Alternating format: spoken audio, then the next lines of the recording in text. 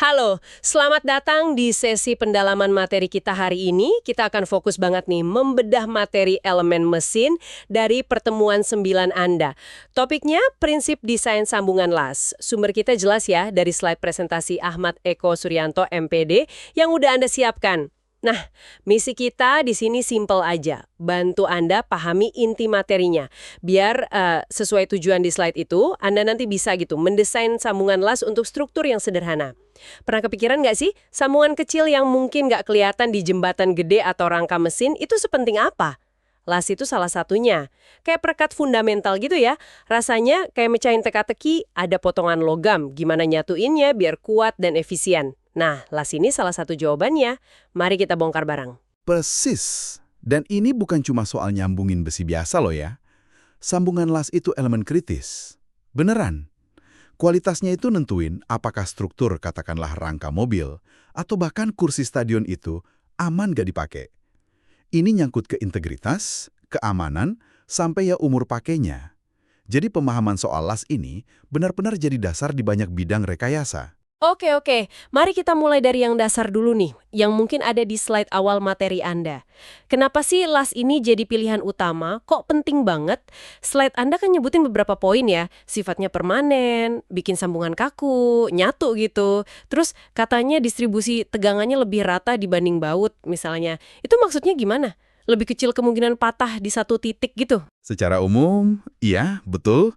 Sambungan las yang desain dan pengerjaannya bagus, itu cenderung nyebarin beban ke area yang lebih luas. Beda sama baut kan, yang fokusnya di sekitar lubang aja. Nah, ini bantu ngurangin penumpukan tegangan di satu titik. Keunggulan lain yang disebut materi Anda itu soal bobot. Struktur las seringkali bisa lebih ringan. Kenapa? Ya karena nggak perlu banyak pelat penyambung tambahan atau baut-baut yang berat itu. Dari sisi produksi juga, ini bisa lebih cepat dan ya lebih ekonomis. Apalagi kalau produksinya massal. Jadi, efisiensi ini baik soal kekuatan, bobot, maupun biaya itu alasan utamanya kenapa las banyak banget dipakai. Bayangin aja deh, rangka sepeda balap, ringan tapi kuat kan? Atau menara telekomunikasi yang tinggi banget itu. Efisiensi ya kata kuncinya. Tapi kayaknya nggak sesimpel itu deh. Anda tadi nyinggung soal keamanan. Materi Anda bahas juga nggak soal resiko atau tantangannya? Oh, pasti dibahas. Justru itu intinya. Di balik efisiensinya itu, ada tanggung jawab gede banget. Materi Anda pasti nekenin ini. Kesalahan dalam desain atau pas ngelasnya, sekecil apapun itu, wah potensinya bisa bikin kegagalan fatal.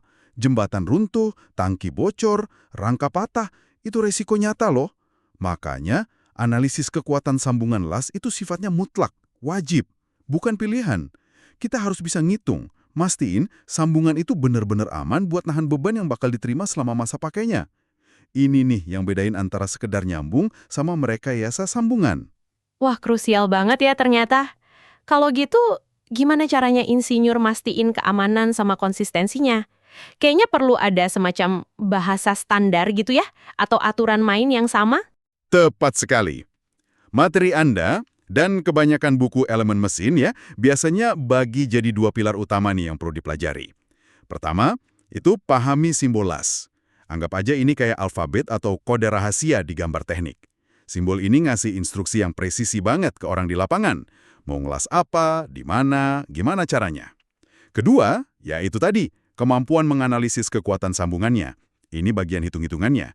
Pakai prinsip mekanika buat mastiin las yang didesain itu cukup kuat.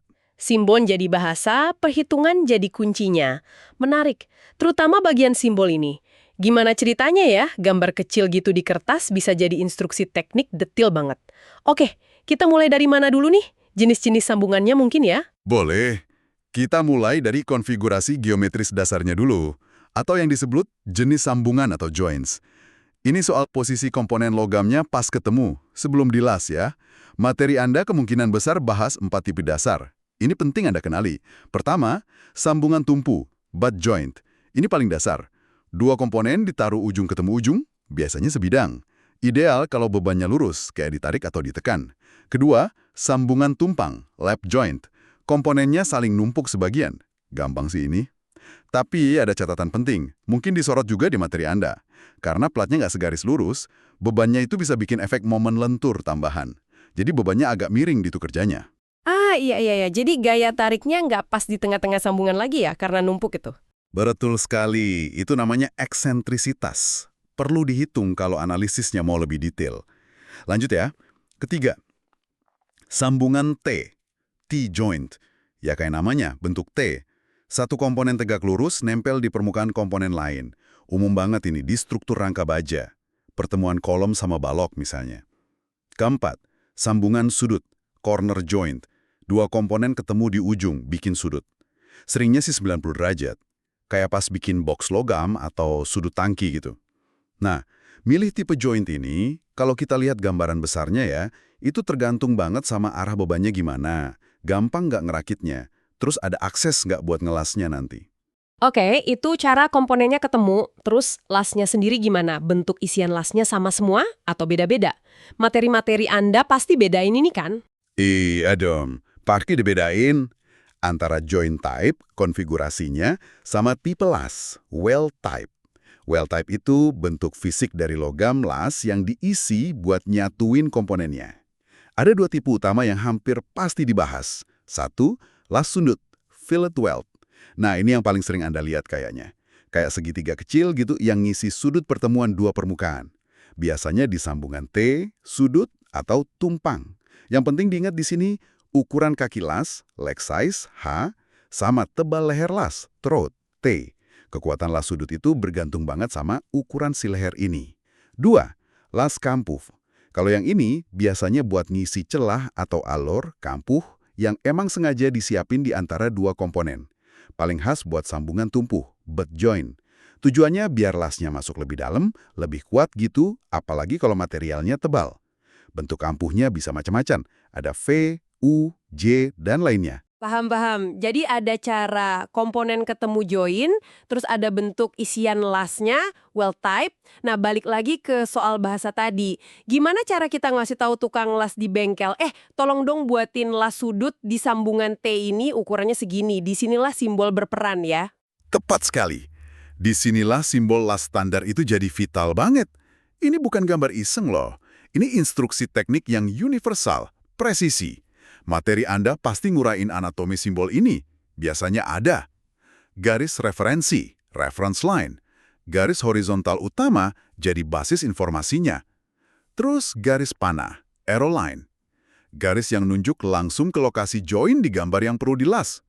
Kadang ada ekor, tail. Bentuknya kayak huruf V gitu di ujung garis referensi.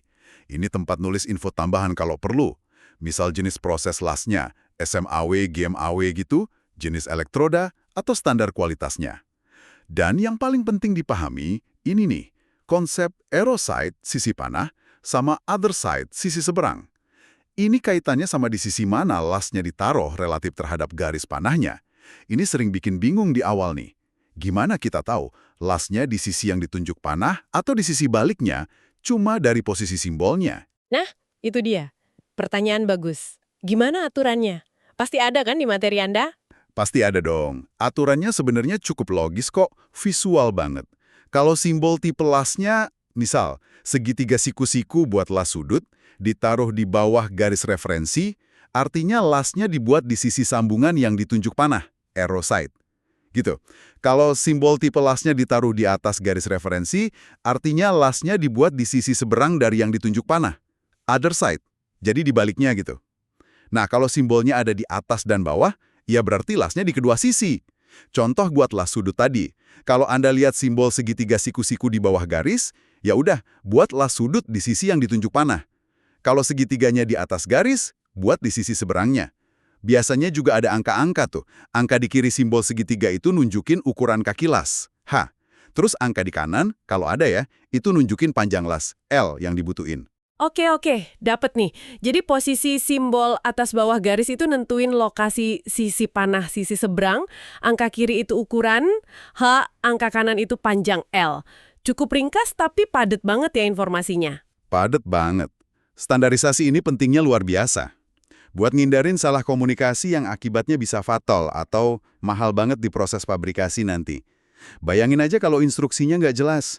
Terus lasnya dibikin di sisi yang salah atau ukurannya keliru. Wah, Masuk akal banget. Nah, udah bisa baca instruksi lewat simbol nih. Bagian berikutnya pasti soal mastiin las itu cukup kuat ya. Analisis kekuatannya. Khusus buat las sudut yang katanya paling umum itu gimana cara ngitungnya? Asumsi dasarnya apa? Betul, kita masuk ke analisis kekuatan las sudut, fillet weld. Asumsi paling dasar yang dipakai dalam desain dan ini pasti ditekankan di materi Anda itu gini. Kegagalan pada las sudut itu dianggap terjadi karena tegangan geser shear stress. Dan terjadinya di mana? Di bidang penampang terkecilnya, area kritis ini namanya leher las, throat. Bayangin deh, segitiga las sudut itu, nah, lehernya itu jarak paling pendek dari akar ke permukaan lasnya. Untuk las sudut yang sama kaki, sudut 45 derajat, tebal leher kritis T, ini dihitung dari ukuran kaki H pakai rumus. T sama dengan H kali sin 45 derajat. Nah, itu kira-kira 0,707 kali H. Jadi, kekuatan efektifnya itu bukan ditentuin langsung sama ukuran kakinya, tapi sama tebal lehernya yang lebih kecil ini. Secara teori, ini titik paling lemahnya. Terus, luas penampang geser total EW yang nahan beban itu ya tebal leher dikali panjang total as efektifnya. EW sama dengan T kali L total sama dengan 0,707 kali H kali L total. Dengan luas ini, baru kita bisa hitung tegangan geser aktual, tau, akibat gaya F yang kerja. Tau sama dengan F dibagi AW, atau F 0,707 kali H kali L total. Intinya sih, perhitungan ini buat mastiin aja kalau tegangan geser tau yang muncul gara-gara beban F itu nggak lebih dari batas tegangan geser yang diizinkan, tau izin buat material lasnya. Tentunya udah plus faktor keamanan ya. Oke, oke. Jadi kita hitung dulu luas leher lasnya, terus bandingin gaya yang kerja sama luas itu buat dapat tegangannya. Nah, tegangan ini nggak boleh lewat batas aman. Cukup jelas sih alurnya. Sekarang gimana kalau kita coba terapin ke contoh kasus? Materi Anda pasti ada contoh hitungannya kan? Ya, biasanya selalu ada studi kasus biar lebih kebayang. Mari kita lihat studi kasus satu dari materi Anda ya. Mendesain sambungan tumpang lap joint. Situasinya gini. Sambungan ini harus nahan beban tarik statis. F sama dengan 90 kN. Itu sama dengan 90.000 Newton ya. Material platnya ASTM A36. Kekuatan luluhnya Y sama dengan 250 MPa, megapascal. Tebal platnya 10 mm. Dan diminta pakai faktor keamanan SF sama dengan 3.0.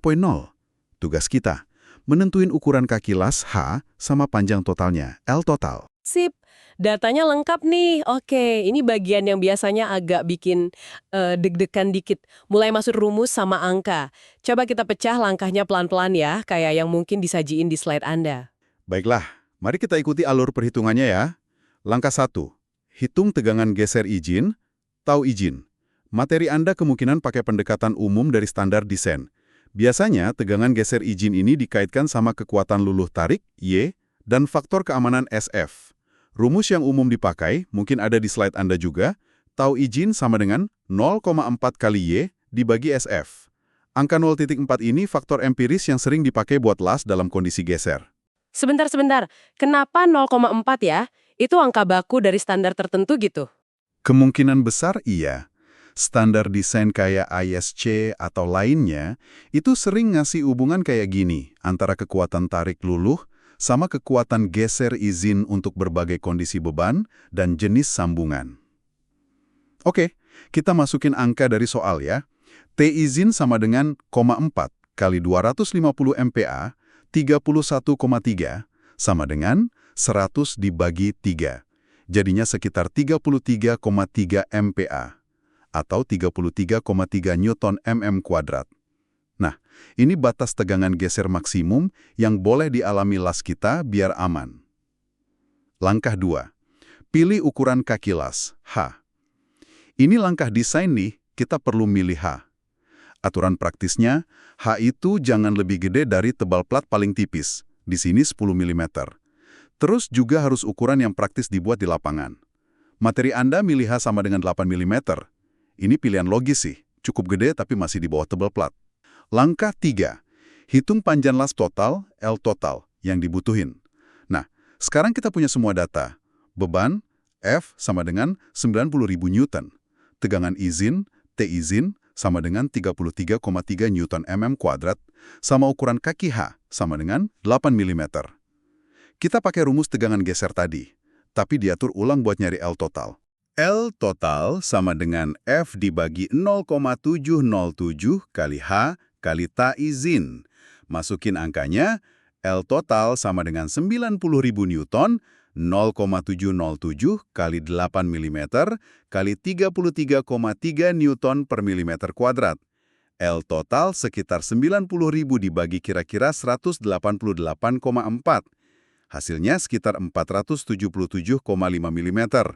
Jadi kesimpulannya gini, biar sambungan tumpang ini aman nahan beban 90 kN dengan faktor keamanan 3 dan pakai las suluk 8 mm, kita butuh total panjang las efektif sekitar 477,5 mm. Wah, hampir setengah meter ya panjang lasnya. Lumayan juga ya. Terus gimana keputusan desain akhirnya? Itu 477,5 mm dibikin di satu sisi aja atau gimana? Nah, untuk sambungan tumpang kayak gini, biar distribusi bebannya lebih seimbang, nggak bikin puntiran gitu, panjang total las itu biasanya dibagi dua. Ditaruh simetris di kedua sisi tumpangan platnya. Jadi seperti yang dijelasin di materi Anda, panjang las per sisi jadi L sama dengan 477,5 mm dibagi dua, kira-kira 240 mm. Ukuran kakinya tetap H sama dengan 8 mm. Oke, sip. Jadi keputusan desainnya las sudut 8 mm, panjangnya 240 mm di setiap sisi sambungan tumpang itu. Sekarang gimana ngenerjemahin semua ini ke dalam bahasa simbol di gambar kerja? Biar nggak salah nanti pas dibuat. Nah, ini langkah terakhir yang penting, ngomunikasiin desainnya.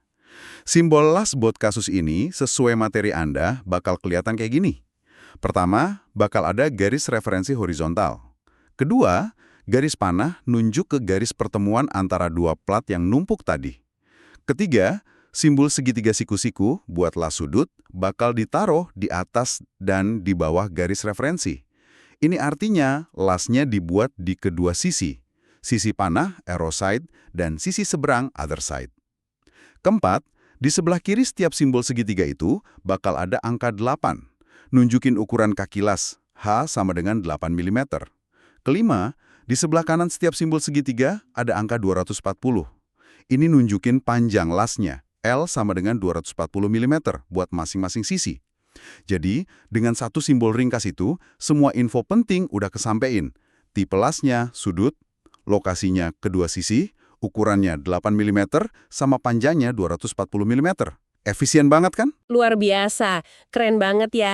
Rasanya kita udah ngupas tuntas nih inti dari materi pertemuan 9 Anda ini. Mulai dari kenapa las itu penting dan efisien, kenalan sama jenis sambungan dan tipe las, baca bahasa rahasia insinyur lewat simbol, sampai praktek langsung analisis kekuatan dasar buat las sudut di beban statis lewat studi kasus tadi. Semoga ya, penelusuran kita ini benar-benar bantu Anda dapat pemahaman yang lebih kokoh tentang gimana sambungan las dirancang dan dicek keamanannya. Sesuai lah sama tujuan materi kuliah Anda. Betul sekali. Dan mungkin ya, sebagai bahan pemikiran tambahan aja buat Anda setelah sesi ini. Studi kasus kita tadi kan fokusnya di beban statis ya, artinya beban yang diam atau nggak berubah signifikan. Sekarang coba deh Anda bayangin, gimana kalau sambungan las itu ada di komponen mesin yang getar terus-terusan, atau di jembatan yang tiap hari dilewatin beban kendaraan naik turun. Beban kayak gitu disebut beban dinamis atau fatigue, lelah. Nah, analisis kekuatannya jadi jauh lebih rumit loh. Material itu bisa gagal di tegangan yang jauh lebih rendah dari kekuatan statisnya kalau dibebani berulang kali. Ini nanti melibatkan perhitungan umur lelah, pengaruh detail geometri lasnya ke konsentrasi tegangan, dan faktor-faktor lain. Ini cuma buat ngasih gambaran aja bahwa apa yang kita bahas ini fondasi penting, tapi selalu ada lapisan kerumitan dan pemahaman yang lebih dalam lagi di dunia rekayasa struktur dan mesin. Wah, pemikiran yang relevan banget tuh buat eksplorasi Anda selanjutnya. Oke deh, terima kasih banyak sudah menyimak pembahasan materi elemen mesin pertemuan 9 ini bareng kami. Semoga bermanfaat ya. Sampai jumpa di penelusuran materi berikutnya.